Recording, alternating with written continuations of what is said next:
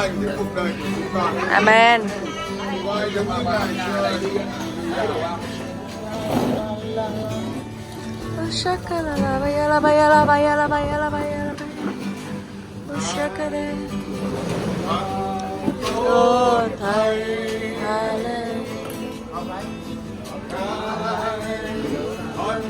Lord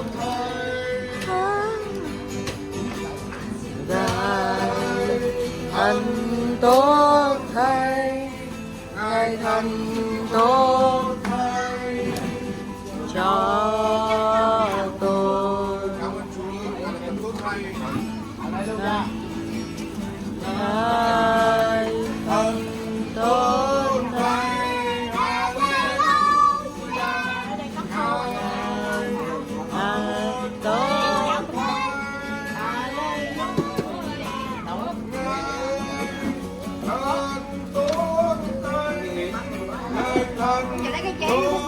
thay.